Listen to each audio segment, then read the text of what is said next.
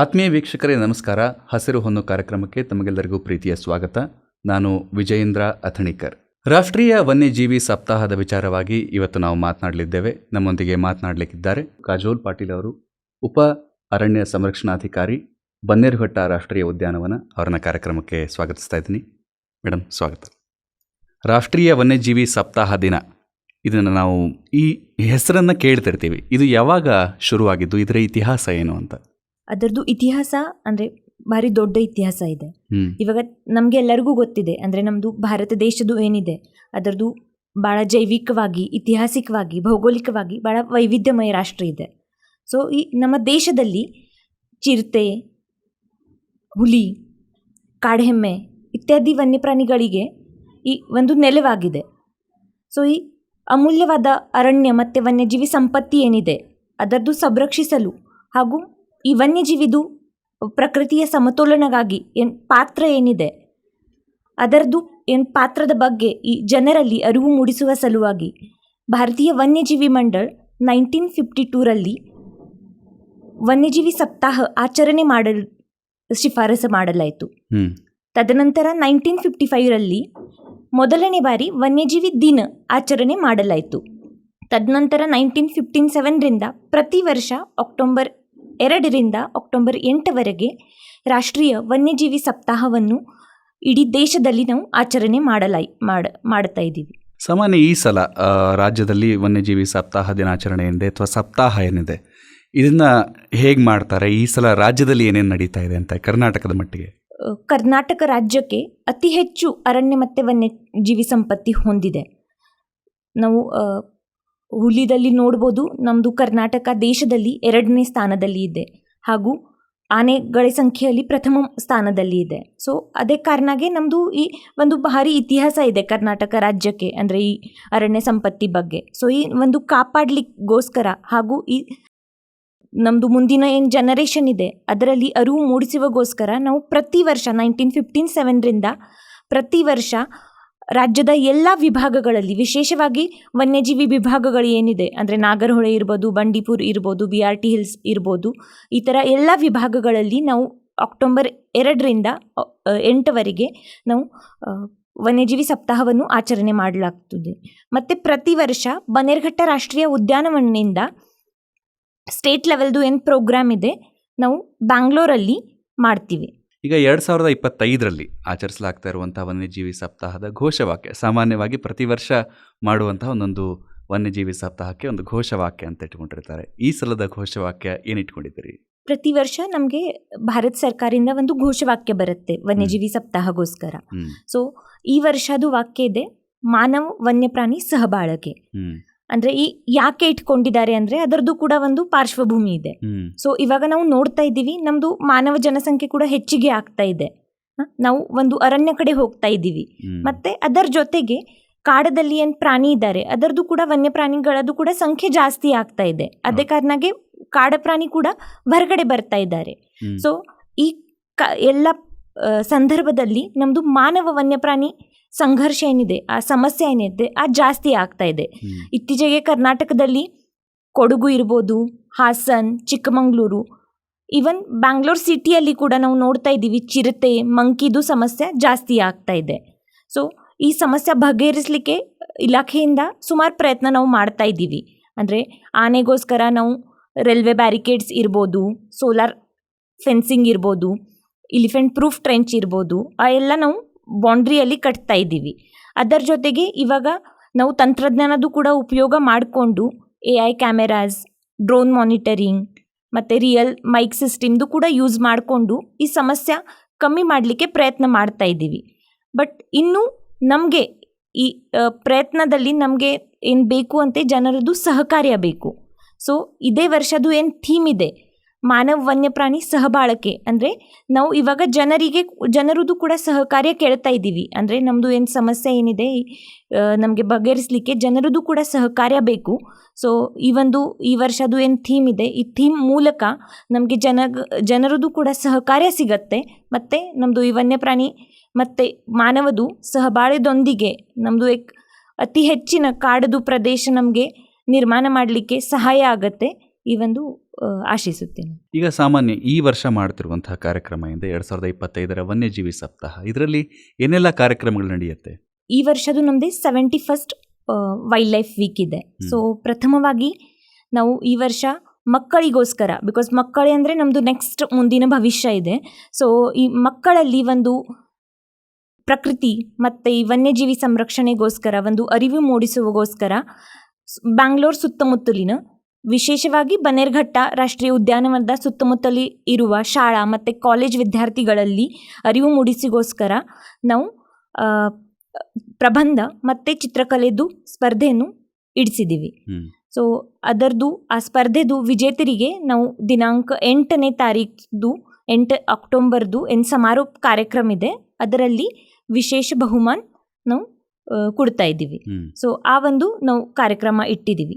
ಅದರ ಜೊತೆಗೆ ಆ ವನ್ಯಜೀವಿ ಸಪ್ತಾಹದ ಪ್ರಮುಖ ಆಕರ್ಷಣೆ ಅಂದರೆ ನಾವು 2ನೇ ತಾರೀಕಿಗೆ ಒಂದು ಕಾಲನಡಿಗೆ ಕಾರ್ಯಕ್ರಮ ಇಟ್ಟಿದ್ದೀವಿ. ಆ ಕಾಲನಡಿಗೆ ಕಾರ್ಯಕ್ರಮ ನಾವು ವಿಧಾನಸಭಾದು ಗ್ರ್ಯಾಂಡ್ ಸ್ಟೆಪಿಂದ ಸ್ಟಾರ್ಟ್ ಮಾಡ್ತಾ ಇದ್ದೀವಿ ಮತ್ತು ಲಾಲ್ಬಾಗ್ವರೆಗೆ ನಾವು ಹೋಗ್ತಾ ಇದ್ದೀವಿ. ಸೊ ಅದರದ್ದು ಮತ್ತೆ ಧ್ಯೇಯವಾಕ್ಯ ಅಂದರೆ ಮಾನವ ವನ್ಯಪ್ರಾಣಿ ಸಹಬಾಳ್ವೆ ಇದೆ. ಸೊ ಇದರಲ್ಲಿ ನಮಗೆ ಪ್ರಮುಖ ಅತಿಥಿ ಅಂತ ಸನ್ಮಾನ್ಯ ಅನಿಲ್ ಕುಂಬ್ಳೆ ಸಾಹೇಬರು ಬರ್ತಾ ಇದ್ದಾರೆ, ಮತ್ತು ಅದರ ಜೊತೆಗೆ ನಮ್ಮದು ಅರಣ್ಯ ಸಚಿವರು ಕೂಡ ಬರ್ತಾ ಇದ್ದಾರೆ. ಸೊ ಇದರ ಜೊತೆಗೆ ನಾವು 3ನೇ ಮತ್ತು 4ನೇ ಅಕ್ಟೋಬರ್ಗೆ ನಮ್ಮದು ಅರಣ್ಯ ಸುತ್ತಮುತ್ತಲಿನ ಗ್ರಾಮಸ್ಥರು ಗ್ರಾಮಗಳಿದೆ, ಅಂದರೆ ನಮ್ಮದು ಬನ್ನೇರುಘಟ್ಟ ನ್ಯಾಷನಲ್ ಪಾರ್ಕಲ್ಲಿ 4 ವಲಯ ಬರ್ತಾ ಇದೆ. ಆನೇಕಲ್, ಬನ್ನೇರುಘಟ್ಟ, ಆರೋಹಳ್ಳಿ ಮತ್ತು ಕೋಡಿಹಳ್ಳಿ. ಈ ವಲಯಗಳಲ್ಲಿ ನಾವು ಮಾನವ ವನ್ಯಪ್ರಾಣಿ ಸಹಬಾಳ್ವೆ ಈ ಧ್ಯೇಯದೊಂದಿಗೆ ಒಂದು ಸ್ತಬ್ಧಚಿತ್ರ ತಯಾರು ಮಾಡಿದ್ದೀವಿ. ಆ ಸ್ತಬ್ಧಚಿತ್ರದ್ದು ಒಂದು ಪ್ರದರ್ಶನ ಮತ್ತು ಅದರ ಜೊತೆಗೆ ಒಂದು ಬೀದಿ ನಾಟಕದ ಪ್ರದರ್ಶನ ನಾವು ಹಮ್ಮಿಕೊಂಡಿದ್ದೀವಿ. ಅದರ ಜೊತೆಗೆ ನಾವು ಇವಾಗ ವಿದ್ಯಾರ್ಥಿಗೋಸ್ಕರದ್ದು ಮಾಡ್ತಾ ಇದ್ದೀವಿ, ಬಟ್ ಈ ವಿಶೇಷ ಚೇತನ ಮಕ್ಕಳೇನಿದೆ ಅದೇಗೋಸ್ಕರ ಕೂಡ ನಾವು ವಿವಿಧ ಸ್ಪರ್ಧೆದು ಆಯೋಜನೆ ಮಾಡಿಕೊಂಡು ನಾವು ಅವ್ರಿಗೋಸ್ಕರ ಕೂಡ ವಿಶೇಷವಾಗಿ ಸ್ಪರ್ಧೆ ಇಟ್ಕೊಳ್ಲಿಕ್ಕೆ ಒಂದು ಪ್ಲ್ಯಾನ್ ಮಾಡಿದ್ದೀವಿ. ಅದ ನಂತರ 5ನೇ ತಾರೀಕಿಗೆ ಒಂದು ಸೈಕ್ಲಥಾನ್ ನಾವು ಪ್ಲ್ಯಾನ್ ಮಾಡಿದ್ದೀವಿ. ಅದರದ್ದು ಸೈಕ್ಲಥಾನ್ದು ರೂಟ್ ಅಂದರೆ ನಾವು ಅರಣ್ಯ ಭವನಿಂದ ಸ್ಟಾರ್ಟ್ ಮಾಡ್ತಾ ಇದ್ದೀವಿ ಮತ್ತು ಬನ್ನೇರುಘಟ್ಟ ಬಯಾಲಜಿಕಲ್ ಪಾರ್ಕ್ ತನಕ ನಾವು ಹೋಗ್ತಾ ಇದ್ದೀವಿ. ಸೊ ಅದರಲ್ಲಿ ಕೂಡ ಸೈಕ್ಲಥಾನ್ದು ಅಂದರೆ ಯಾಕೆ ಇಟ್ಕೊಂಡಿದ್ದೀವಿ ಅಂದರೆ ಸದ್ಯ ನಾವು ನೋಡ್ತಾ ಇದ್ದೀವಿ ಬ್ಯಾಂಗ್ಳೂರ್ದಲ್ಲಿ ಭಾಳ ಟ್ರಾಫಿಕ್ ಸಮಸ್ಯೆ ಇದೆ ಮತ್ತು ಪೊಲ್ಯೂಷನ್ದು ಸಮಸ್ಯೆ ಇದೆ. ಸೊ ಆ ಒಂದು ಸಂದೇಶ ಹೋಗಬೇಕು ಅಂದರೆ ಮ್ಯಾಕ್ಸಿಮಮ್ ನಾವು ಎಷ್ಟು ನಮಗೆ ಆಗುತ್ತೆ ನಾವು environment friendly transport mode use ಮಾಡಬೇಕು. ಸೊ ಅಂದರೆ ಡೈಲಿ ಅಂದರೆ ನಮ್ಮದು ಪ್ರತಿದಿನ ಸಾಧ್ಯ ಇಲ್ಲ, ಬಟ್ ಅಟ್ಲೀಸ್ಟ್ ನಮಗೆ ಯಾವಾಗ ಸಾಧ್ಯ ಇದೆ ಆ ಟೈಮ್ಗೆ ನಾವು ಪ್ರಕೃತಿಗೆ ಹೇಗೆ ಅನುಕೂಲ ಆಗುತ್ತೆ ಆ ಥರದ್ದು ಟ್ರಾನ್ಸ್ಪೋರ್ಟ್ ಮೋಡ್ ಯೂಸ್ ಮಾಡಬೇಕು. ಆ ಪ್ರಮೋಷನ್ಗೋಸ್ಕರ ನಾವು ಒಂದು ಸೈಕ್ಲಥಾನ್ ಅಂತ ಇವೆಂಟ್ ಇಟ್ಟಿದ್ದೀವಿ. ಅದ ನಂತರ 6ನೇ ತಾರೀಕಿಗೆ ನಾವು ಒಂದು ಪಕ್ಷಿ ವೀಕ್ಷಣೆ ಕಾರ್ಯಕ್ರಮ ಇಟ್ಟಿದ್ದೀವಿ. ಸೊ ಆ ಕಾರ್ಯಕ್ರಮ ನಾವು ಬನ್ನೇರುಘಟ್ಟ ರಾಷ್ಟ್ರೀಯ ಉದ್ಯಾನವನದ ಆವರಣದಲ್ಲಿನೇ ಇಡ್ತಾ ಇದ್ದೀವಿ. ಸೊ ಅದರಲ್ಲಿ ನಾವು ಒಂದು ಬರ್ಡ್ ಕ್ಲಬ್ಸ್ಗೆ ಮತ್ತು ಸ್ಟೂಡೆಂಟ್ಸ್ಗೆ ಕರೀತಾ ಇದ್ದೀವಿ. ಸೊ ಅದೇ ಮೂಲಕ ನಮ್ಮ ಪ್ರಕೃತಿಯಲ್ಲಿ ಏನು ಹಕ್ಕಿ ಇದೆ ಮತ್ತು ಪಕ್ಷಿ ಇದೆ ಅದರದ್ದು ಏನು ಬೇಸಿಕ್ ನಾಲೆಜ್ ಇದೆ ಅದರದ್ದು ಅಟ್ಲೀಸ್ಟ್ ಜನರ ಹತ್ರ ಹೋಗಬೇಕು, ಮಕ್ಕಳಿಗೆ ಗೊತ್ತಾಗಬೇಕು, ಅದಕ್ಕೋಸ್ಕರ ಪ್ರೋಗ್ರಾಮ್ ಇಟ್ಕೊಂಡಿದ್ದೀವಿ.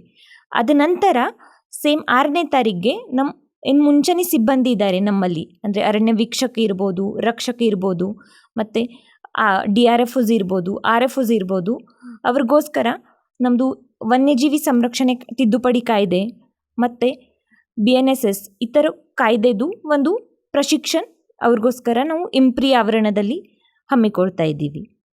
ಅದ ನಂತರ 8ನೇ ತಾರೀಕಿಗೆ ನಮ್ಮದು ಚೌಡಯ್ಯ ಮೆಮೋರಿಯಲ್ ಹಾಲ್ನಲ್ಲಿ ಒಂದು ಸಮಾರೋಪ ಕಾರ್ಯಕ್ರಮ ಇದೆ. ಸೊ ಆ ಸಮಾರೋಪ ಕಾರ್ಯಕ್ರಮದಲ್ಲಿ ನಾವು ವನ್ಯಜೀವಿದು ಛಾಯಾಚಿತ್ರ ಮತ್ತು ಪೋಸ್ಟಲ್ ಆರ್ಡರ್ ಏನಿದೆ ಅದರದ್ದು ಒಂದು ಪ್ರದರ್ಶನ ಕೂಡ ಇಟ್ಕೊಂಡಿದ್ದೀವಿ. ಸೊ ಈ ಥರ ಎಲ್ಲ ಕಾರ್ಯಕ್ರಮ ಮೂಲಕ ನಾವು ಒಂದು ಜನರಲ್ಲಿ ಮತ್ತು ವಿಶೇಷತಃ ಮಕ್ಕಳಲ್ಲಿ ಅರಿವು ಮೂಡಿಸುವುದು ಕಾರ್ಯಕ್ರಮ ಮಾಡಲಿಕ್ಕೆ ಒಂದು ಪ್ರಯತ್ನ ಮಾಡ್ತಾ ಇದ್ದೀವಿ.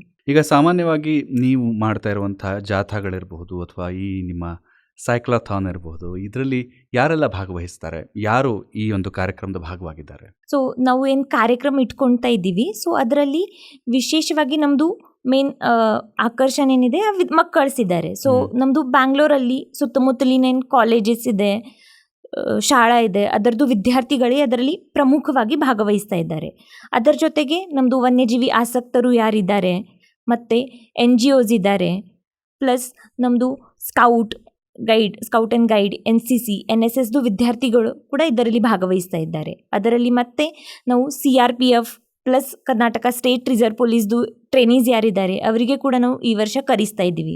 ಸೊ ಈ ಎಲ್ಲ ಸೇರಿದ ಮೇಲೆ ಆಲ್ಮೋಸ್ಟ್ ನಮ್ಮದು 3,000ಕ್ಕಿಂತ ಜಾಸ್ತಿ ಜನರು ಈ ವನ್ಯಜೀವಿ ಸಪ್ತಾಹದಲ್ಲಿ ಭಾಗವಹಿಸಲಿಕ್ಕೆ ನಿರೀಕ್ಷೆ ಇದೆ. ನಿಮ್ಮ ಈ ವನ್ಯಜೀವಿ ಸಪ್ತಾಹಕ್ಕೆ ಯಾರೆಲ್ಲ ಸಹಕಾರ ಕೊಡ್ತಿದ್ದಾರೆ ಅಂದರೆ ಈ ಕಾರ್ಯಕ್ರಮವನ್ನು ಮಾಡಲಿಕ್ಕೆ? ಸೊ ನಮಗೆ ನಾವು ಮೇನ್ಲಿ ಇಲಾಖೆಯಿಂದ ಈ ಕೆಲಸ ಮಾಡ್ತಾ ಇದ್ದೀವಿ, ಬಟ್ ಇದರಲ್ಲಿ ನಮಗೆ ಸುಮಾರು ಸಂಸ್ಥೆಯಿಂದ ಸಹಕಾರ ನೀಡುತ್ತಾ ಇದೆ.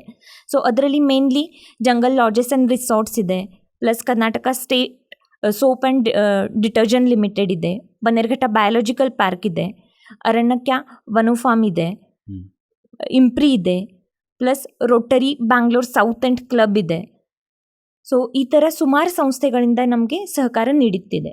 ಈ ಬಾರಿಯ ಘೋಷವಾಕ್ಯ ಏನಿದೆ, ಈ ಪ್ರಾಣಿ ಮತ್ತು ವನ್ಯಜೀವಿಯ ಮಧ್ಯದ ಒಂದು ಸಹಬಾಳ್ವೆ ವಿಚಾರವಾಗಿ, ಇದನ್ನು ಬಹುಶಃ ಜನ ತಮ್ಮ ತಮ್ಮ ಅನುಕೂಲಗಳಿಗೆ ತಕ್ಕ ಹಾಗೆ ಆಲೋಚನೆ ಮಾಡ್ತಾರೆ. ಕಾಡಿನ ಪಕ್ಕದಲ್ಲಿರುವಂಥವ್ರು ಒಂದು ರೀತಿ ಯೋಚನೆ ಮಾಡ್ತಾರೆ, ನಗರ ಪ್ರದೇಶದಲ್ಲಿರುವಂಥವ್ರು ಒಂಥರ ಯೋಚನೆ ಮಾಡ್ತಾರೆ. ನಿಮ್ಮ ಪ್ರಕಾರ how would you interpret this? So ಈ ವರ್ಷದು ವನ್ಯಜೀವಿ ಸಪ್ತಾಹದ ಘೋಷವಾಕ್ಯ ಇದೆ ಮಾನವ ವನ್ಯಪ್ರಾಣಿ ಸಹಬಾಳ್ವೆ.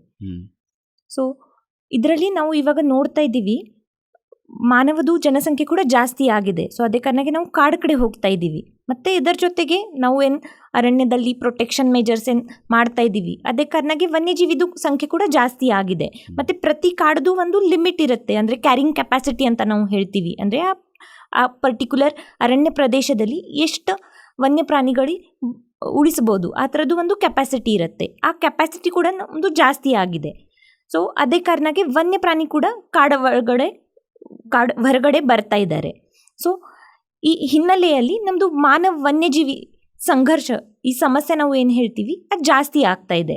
ಸೊ ಅದರದ್ದು ಬೇರೆ ಬೇರೆ ರೀತಿಯಲ್ಲಿ ಆಗ್ತಾ ಇದೆ. ಅಂದರೆ ಕೆಲವೊಂದು ಕಡೆ ನಾವು ಹಾಸನ್, ಚಿಕ್ಕಮಂಗ್ಳೂರಲ್ಲಿ ನೋಡ್ತಾ ಇದ್ದೀವಿ, ಅಲ್ಲಿ ಜಾಸ್ತಿ ಹ್ಯೂಮನ್ ಡೆತ್ಸ್ ಆಗ್ತಾ ಇದೆ. ಮತ್ತು ಕೆಲವೊಂದು ಕಡೆ ಬೆಳೆ ನಾಶ ಆಗ್ತಾ ಇದೆ, ಕೆಲವೊಂದು ಕಡೆ ಗಾಯಗೊಂಡು ಆಗ್ತಾ ಇದೆ, ಕೆಲವೊಂದು ಕಡೆ ಕ್ಯಾಟಲ್ ಕಿಲ್ಸ್ ಆಗ್ತಾ ಇದೆ. ಸೊ ಈ ಬೇರೆ ಬೇರೆ ರೀತಿಯಲ್ಲಿ ಮಾನವ ಸಂಘರ್ಷ ಏನಿದೆ ಅದರದ್ದು ನಾವು ಫಾರ್ಮ್ ನೋಡ್ತಾ ಇದ್ದೀವಿ. ಸೊ ಈ ಬರೀ ಅಂದರೆ ಗ್ರಾಮೀಣ ಭಾಗದದ್ದು ಸಮಸ್ಯೆ ಇಲ್ಲ. ಇವಾಗ ಬ್ಯಾಂಗ್ಳೂರಲ್ಲಿ ಕೂಡ ನಾವು ನೋಡಿದ್ದೀವಿ. ಸೊ ಬ್ಯಾಂಗ್ಳೂರಲ್ಲಿ ಕೂಡ ಇವಾಗ ಚಿರತೆ ಹೊರಗಡೆ ಬರ್ತಾ ಇದೆ, ಮಂಕಿದು ಸಮಸ್ಯೆ ಇದೆ. ಸೊ ಈ ಗ್ರಾಮೀಣ ಪ್ಲಸ್ ನಗರ ಭಾಗದ ಸಮಸ್ಯೆ ಇದೆ. ಸೊ ಬರೀ ಅಂದರೆ ಬೆಳೆನೇ ಸಾಕ್ತಾ ಇಲ್ಲ, ಬಟ್ ಅದರ ಜೊತೆಗೆ ನಾವು ನೋಡ್ತಾ ಇದ್ದೀವಿ ಇವಾಗ ವನ್ಯಪ್ರಾಣಿದು ಕೂಡ ಸಾವು ಆಗ್ತಾ ಇದೆ. ಇವಾಗ ಚಿರತೆದು ಸಾವು ಆಗುತ್ತೆ, ಹುಲಿದು ಸಾವು ಆಗುತ್ತೆ. ಸೊ ಆ ಎರಡು ರೀತಿದು ನಾವು ನೋಡಿದ್ದೀವಿ. ಅಂದರೆ ಅದರಲ್ಲಿ ಮಾನವ ಸಾವು ಕೂಡ ಆಗುತ್ತೆ ಮತ್ತು ವನ್ಯಪ್ರಾಣಿದು ಕೂಡ ಸಾವು ಆಗುತ್ತೆ. ಸೊ ಆ ಒಂದು ಇವಾಗ ಇತ್ತೀಚಿನ ದಿನಗಳಲ್ಲಿ ಜಾಸ್ತಿ ಸಮಸ್ಯೆ ಬರ್ತಾ ಇದೆ. ಸೊ ಈ ಸಮಸ್ಯೆಗೋಸ್ಕರ ಅರಣ್ಯ ಇಲಾಖೆ ಆಲ್ರೆಡಿ ಸ್ಟೆಪ್ಸ್ ತಗೊಳ್ತಾ ಇದ್ದಾರೆ. ಸೊ ವಿಶೇಷವಾಗಿ ಆನೆಗೋಸ್ಕರ ನಾವು ಕಂದಕ ಹಾಕ್ತಾ ಇದ್ದೀವಿ, ಅಂದರೆ ರೈಲ್ವೆ ಬ್ಯಾರಿಕೇಡ್ ನಾವು ಹೇಳ್ತೀವಿ. ಸೊ ಈ ಆನೆ ಹೊರಗಡೆ ಕಾಡಿನ ಬರಬಾರ್ದು, ಅದೇ ಕಾರಣಕ್ಕೆ ನಾವು ರೈಲ್ವೆ ಬ್ಯಾರಿಕೇಡ್ಸ್ ಹಾಕ್ತಾ ಇದ್ದೀವಿ. ಮತ್ತು ಸೋಲಾರ್ ಫೆನ್ಸ್ ಕನ್ಸ್ಟ್ರಕ್ಟ್ ಮಾಡ್ತಾ ಇದ್ದೀವಿ, ಹ್ಯಾಂಗಿಂಗ್ ಸೋಲಾರ್ ಫೆನ್ಸ್ ಕನ್ಸ್ಟ್ರಕ್ಟ್ ಮಾಡ್ತಾ ಇದ್ದೀವಿ, ಮತ್ತು ಎಲಿಫೆಂಟ್ ಪ್ರೂಫ್ ಟ್ರೆಂಚ್ ಮಾಡ್ತಾ ಇದ್ದೀವಿ. ಇಷ್ಟ ಪ್ರಯತ್ನ ನಾವು ಮಾಡ್ತಾ ಇದ್ದೀವಿ. ಬಟ್ ಇನ್ನೂ ನಮ್ಮದು ಕಂಪ್ಲೀಟ್ಲಿ ಮಾನವ ಸಂಘರ್ಷ ಕಮ್ಮಿ ಮಾಡಲಿಕ್ಕೆ ಪ್ರಯತ್ನ ಆಗಿಲ್ಲ. ಅದರ ಜೊತೆಗೆ ಇತ್ತೀಚೆಗೆ ನಾವು ಟೆಕ್ನಾಲಜಿದು ಕೂಡ ಯೂಸ್ ಮಾಡ್ತಾ ಇದ್ದೀವಿ. ಅದರಲ್ಲಿ ನಾವು ಇವಾಗ ಕಾಡು ಒಳಗಡೆ AI ಕ್ಯಾಮೆರಾಸ್ ಇನ್ಸ್ಟಾಲ್ ಮಾಡಿದ್ದೀವಿ. ಮತ್ತು ಇವಾಗ ಪ್ರತಿದಿನ ಆನೆ ಎಲ್ಲಿ ಹೋಗ್ತಾ ಇದೆ, ಎಲ್ಲಿ ಮೂಮೆಂಟ್ ನಡೀತಾ ಇದೆ, ಹೇಗೆ ನಾವು ಫಾರೆಸ್ಟ್ ಒಳಗಡೆನೇ ರಿಸ್ಟ್ರಿಕ್ಟ್ ಮಾಡಬೇಕು, ಅದಕ್ಕೋಸ್ಕರ ನಾವು ಬನ್ನೇರುಘಟ್ಟ ರಾಷ್ಟ್ರೀಯ ಉದ್ಯಾನವನದಲ್ಲಿ ಕೂಡ ಡ್ರೋನ್ ಮಾನಿಟರಿಂಗ್ದು ಯೂಸ್ ಮಾಡ್ತಾ ಇದ್ದೀವಿ. ಅದರ ಜೊತೆಗೆ ಅಂದರೆ ಈ ಜನರಿಗೆ ಇಮಿಡಿಯೇಟಾಗಿ ಮೆಸೇಜ್ ಹೋಗಬೇಕು, ಅಲರ್ಟ್ ಹೋಗಬೇಕು, ಅಂದರೆ ಇಲ್ಲಿ ಆನೆ ಬರ್ತಾ ಇದೆ ಅಥವಾ ಇಲ್ಲಿ ಲೆಪರ್ಡ್ಸ್ ಇದೆ. ಸೊ ಅದಕ್ಕೋಸ್ಕರ ನಾವು ಕಂಟ್ರೋಲ್ ರೂಮ್ ಮುಖಾಂತರ ಒಂದು ಬಲ್ಕ್ ಮೆಸೇಜ್ ಕೂಡ ಜನರಿಗೆ ಕಳಿಸ್ತಾ ಇದ್ದೀವಿ.